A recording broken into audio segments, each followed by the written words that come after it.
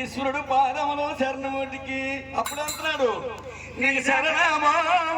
మా గురువేను మా గురువు ఈశ్వరేను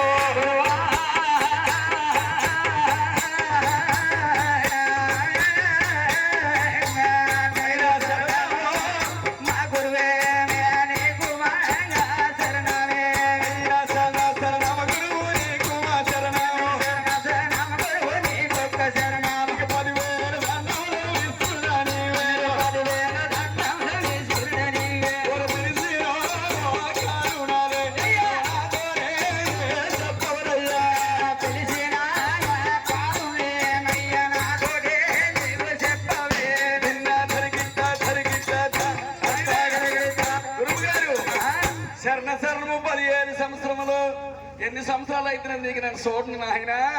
ఈ రోజుకి నీకు దర్శనం నాకు దొరికింది నీది కాబట్టి నాయన ఎందుకు శాతం నాకు పిలిపించినావు అని శాంతమాముని ఈశ్వరుడికి అడిగితే దోషము నాకు తగిలినది నాయన ఇది అవుతుంది పాతాళ లోకము కొప్పులముని ఆసనము 12 సంవత్సరాల తర్వాత వస్తాను మధ్య మండలంలో ఏమాపుతైనదో ఏమి ఈ రోజు మళ్ళీ దేశం నువ్వు తిరిగి వస్తే ఎక్కడ ఏమైనది నాకు కౌరులు